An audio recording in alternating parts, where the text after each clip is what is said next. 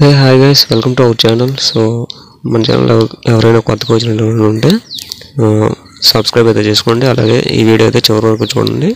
So చివరి వరకు చూసిన తర్వాత ఈ ఇన్ఫర్మేషన్ మీకు యూజ్ఫుల్గా అనిపిస్తే లైక్ చేసి అలాగే షేర్ అయితే చేయండి. సో ఈ టాపిక్కి అయితే వెళ్ళిపోదాం. సో ఎన్నికల హామీల్లో ఒకటైనటువంటి ఫ్రీ బస్ పథకం ఏదైతే ఉందో దాన్ని త్వరలోనే స్టార్ట్ చేద్దామని చెప్పేసి మన సీఎం గారు అలాగే మంత్రి సంజయ్ రాణి గారు అయితే చెప్పడం జరిగింది.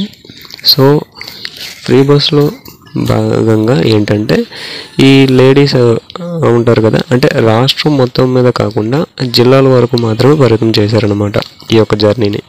సో మీరు జిల్లా దాటి ఎక్కడికైనా సరే వెళ్ళాలనుకుంటే, అంటే మీరున్నటువంటి జిల్లా నుంచి, అంటే మీ ఆధార్ కార్డులో ఉన్నటువంటి జిల్లా నుంచి మీరు ఇతర జిల్లాలకు వెళ్ళాలంటే ఖచ్చితంగా అయితే టికెట్ అయితే తీసుకోవాల్సి ఉంటుంది. మీ జిల్లాలో మీరు రేడియస్లో తిరిగేటువంటి జర్నీస్ ఏవైతే ఉంటాయో వాటికైతే మీరు ఎటువంటి టికెట్స్ అయితే తీసుకోవాల్సిన పని అయితే లేదు. సో మీరు జిల్లాలో అంటే ఇప్పుడు ప్రజెంట్ మాది విజయనగరం జిల్లా, మేము మా లేడీస్లో ఎవరైనా సరే విశాఖపట్నం లేదంటే పార్వతీపురం, శ్రీకాకుళం ఇలా ఈ జిల్లాలో వెళ్ళాలంటే ఖచ్చితంగా అయితే టికెట్స్ తీసుకోవాలి.